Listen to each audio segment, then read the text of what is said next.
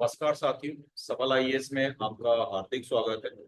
और रोज की तरह आज एक नए मुद्दे को लेकर आपके सामने हाजिर हैं। और आज का जो मुद्दा है वह भारत और फ्रांस के बीच राफेल को लेकर एक और समझौता हुआ है। इस पे आज चर्चा करेंगे। तो देखिए, 26 राफेल मरीन जेट विमानों को लेकर ये समझौता हुआ है। तो मरीन का मतलब है इन जेट विमानों का इस्तेमाल हम समुद्र के अंदर करेंगे। यानी कहने का मतलब है इन विमानों का इस्तेमाल भारत की नेवी के द्वारा किया जाएगा। इसलिए जब भी आप पढ़ेंगे तो इनके पीछे एम लिखा हुआ आपको क्या होगा, दिखाई देगा। कैसा समझौता है? तो ये समझौता अंतर सरकारी समझौता है। यानी कि इसमें भारत सरकार और फ्रांस सरकार है, किसी प्रकार का कोई बीच में मध्यस्थ वाली भूमिका नहीं है किसी की। डिलीवरी हमको कब तक मिल जाएगी? तो 2028 से ये विमान हमको मिलना शुरू हो जाएंगे। और 2030 तक संभावना व्यक्त की जा रही है कि जितने भी जो ऑर्डर दिए हैं वो सारे हमको क्या होंगे, मिल जाएंगे। तो ये समझौता कितने का है?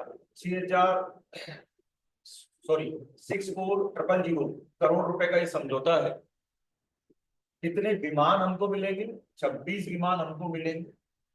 22 विमान एकल सीट वाले, यानी एक बंदा इस पर बैठ के क्या होगा, उड़ान भर सकेगा। 4 हमको डबल सीट वाले विमान है जिसमें 2 पायलट बैठ के क्या होंगे, अपनी प्रोसेस को क्या करेंगे, पूरा करेंगे। इनके आने के बाद भारत के पास कुल जो राफेल विमानों की जो संख्या है वो 62 यानी 62 विमान हमारे पास हो जाएंगे। तो ये जो 62 विमान का जो फिगर हमको दिख रहा है, ये कब तक मिलेंगे हमको? 2030 तक। तो आप समझ लीजिए 2030 के बाद तक भारत की एयरफोर्स अपने आप में पावरफुल हो जाएगी। क्योंकि इस समय जो हमारे पास अभी जो बेड़ा आया है राफेल का, उनको छोड़ के जो प्लेन है वो आपने देखा होगा, चाहे जब क्या होता है कोई फाइटर प्लेन उड़ता है गिर जाता है।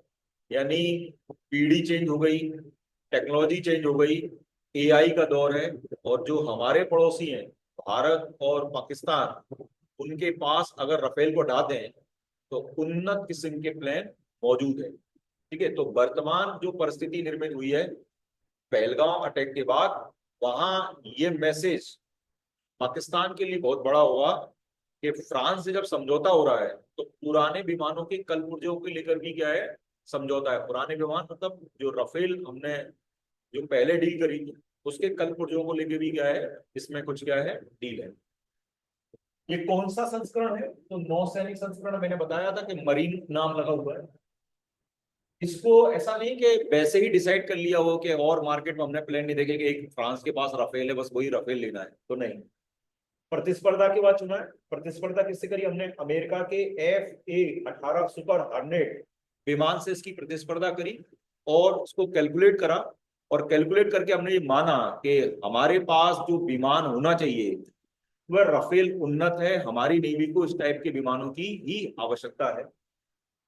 इसकी मारक क्षमता क्या है? हवा से हवा मार कर लेता है, हवा से जमीन मार कर लेता है, समुद्र से मार कर लेगा कहीं पर भी।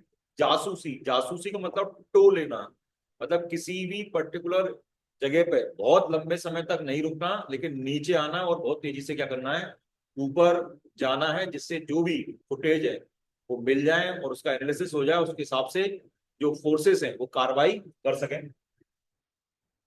परमाणु हथियार ले जाने में सक्षम है, पनडुब्बियों को निशाना बनाने में सक्षम है। सबसे बड़ी बात है क्योंकि आपको पता है कि पनडुब्बी को एक समय के बाद ऑक्सीजन लेने के लिए समुद्र तल के ऊपर आना पड़ता है, लेकिन वो जो समय होता है वो बहुत ज्यादा नहीं होता। तो सटीक निशाना हमको लगाना है, क्योंकि सटीक निशाना नहीं लगा तो वो पूरी मेहनत क्या होगी, बेकार हो जाएगी। ये M4.5 पीढ़ी का प्लान है, मतलब उन्नत किस्म की पीढ़ी का प्लान है।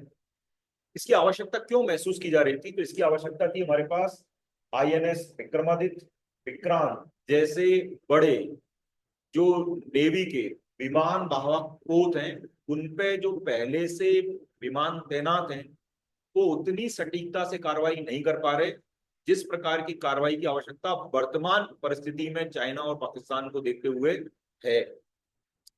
ये जो प्लेन है ये 3,700 किलोमीटर तक की रेंज में हमला कर सकता है, साथ में कुछ ही समय में जमीन से ऊपर 1,800 मीटर की ऊंचाई पर पहुंच सकता है। कंपनी कौन सी है? Dassault company. ये से हमने क्या हुआ है, तो फ्रांस के अंदर ये कंपनी है जिससे क्या होंगे हम प्लेन ले रहे हैं, या वो कंपनी इसको क्या होती है, बनाती है। तो सामरिक दृष्टिकोण से देखें तो ये मेंस पे इस पे टिप्पणी आ सकती है। इसके साथ साथ प्री में इससे क्वेश्चन बन सकता है कि टेक्नोलॉजी को लेकर बन सकता है, कौन कौन सी टेक्नोलॉजी इसमें इस्तेमाल हो रही है, कौन सी पीढ़ी का प्लान है, क्यों जरूरत है, क्या डील है, इसके मुकाबले कौन कौन से प्लान मार्केट में मौजूद हैं। ठीक है, पाकिस्तान के पास कौन सा है, हमारे पास कौन सा है, इस प्रकार के मिक्स क्वेश्चन ना कि यूपीएससी में क्या होता है, क्रूड में क्या हो सकता है, पूछ सकता है। लेकिन सबसे बड़ी बात यह है कि सामरिक दृष्टिकोण से देखें कि आज कोई भी सेना वही जीत सकती है जिसके पास आधुनिक पीढ़ी के उन्नत क्या होंगे, प्लेन होंगे। आज की लड़ाई जमीनी लड़ाई कम है, हवाई लड़ाई ज्यादा है। इसलिए आपने देखा हो, चाहे यूक्रेन का जो बाढ़ चल रहा हो, चाहे इसराइल का गाजा पट्टी पे हमला चल रहा हो, ये दोनों अगर हम देखें तो सारे हमले हवाई हमले ही क्या हो रहे हैं। और अगर हवाई हमला बहुत दूर से किया जाए और इतनी क्षमता हमारे पास हो, तो सामरिक रूप से हमको कम नुकसान होगा, दुश्मन को क्या होगा, ज्यादा नुकसान होगा। तो ऐसे ही किसी नए विषय को लेकर आपसे चर्चा करेंगे, तब तक के लिए बहुत बहुत धन्यवाद।